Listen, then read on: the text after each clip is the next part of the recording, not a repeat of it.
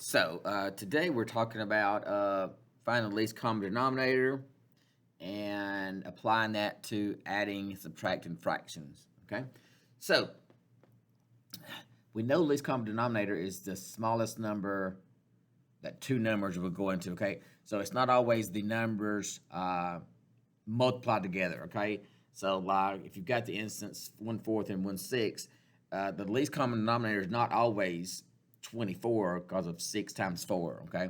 So the process that we go through is a little bit more direct and a little bit kind of it's kind of like a process, okay? And once you kind of get a hang of that process, it's really not that challenging.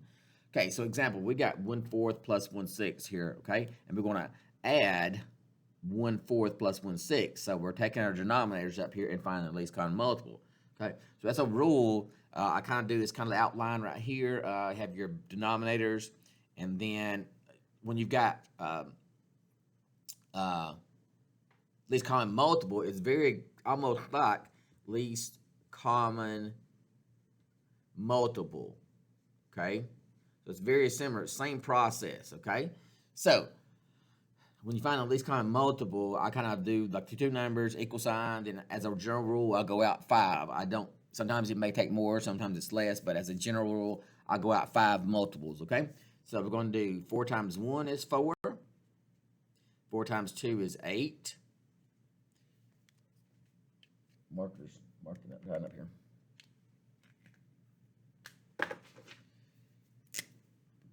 8, 4 times 3 is 12, 4 times 4 is 16, 4 times 5 is 20.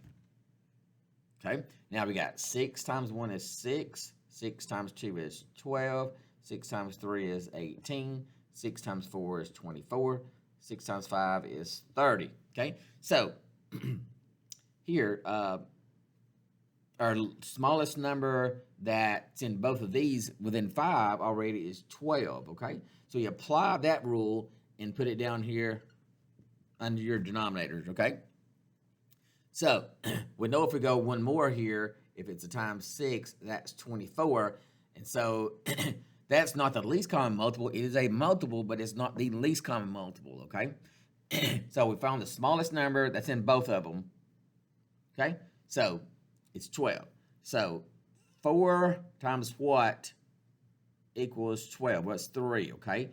So 4 times 3 is 12, so you multiply this times 3, that's 3. 6 times 2 is 12, so you multiply this times 2, 1 times 2 is 2. So now, once we got a common denominator, we can add these, okay? So it's 5 12s. Okay? All right, same process over here. Now we're going to subtract fractions, okay? 1/5 minus 1/10, okay?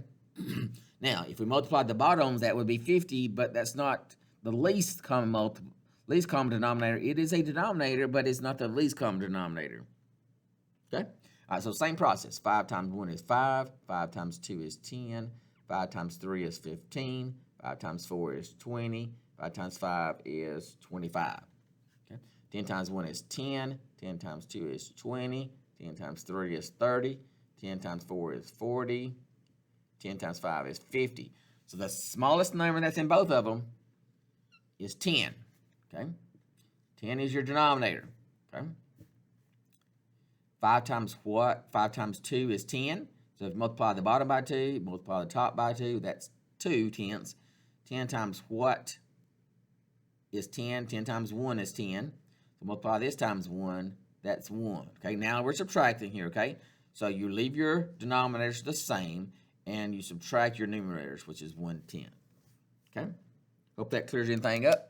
If there's anything else you need, please let me know.